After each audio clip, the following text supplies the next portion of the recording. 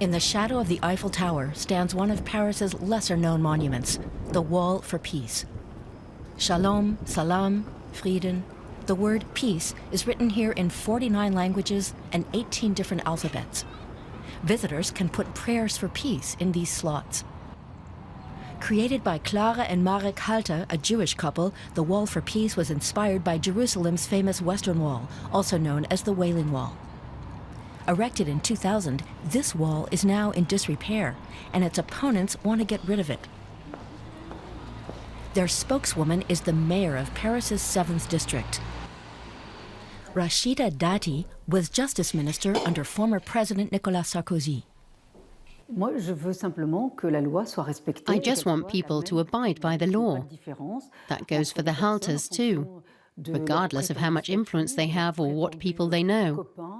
A building permit was never issued for this wall, and I won't rest until it's gone. I owe that to Parisians and the residents of my district. Rachida Dati says she hopes to get a court order to have the wall torn down. It was conceived as an artwork to be shown for 3 months. France's then-president Jacques Chirac attended the inauguration. At the time, he saw the wall as more than a symbol of peace. It was also a visible symbol of the vitality of France's Jewish community. Marek Halter and his wife Clara are collecting money to renovate the artwork. But some clearly don't want the monument here. And it's not just because of the graffiti.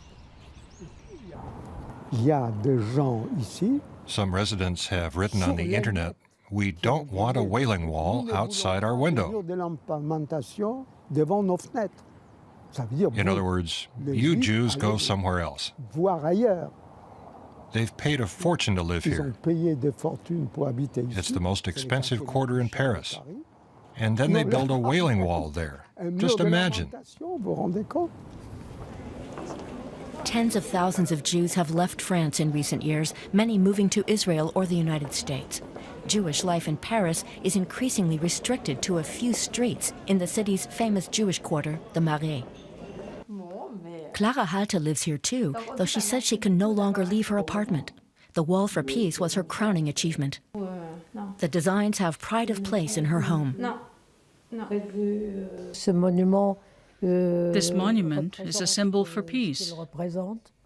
The calligraphy is very beautiful, and it's touching. I can't understand why people can't see that.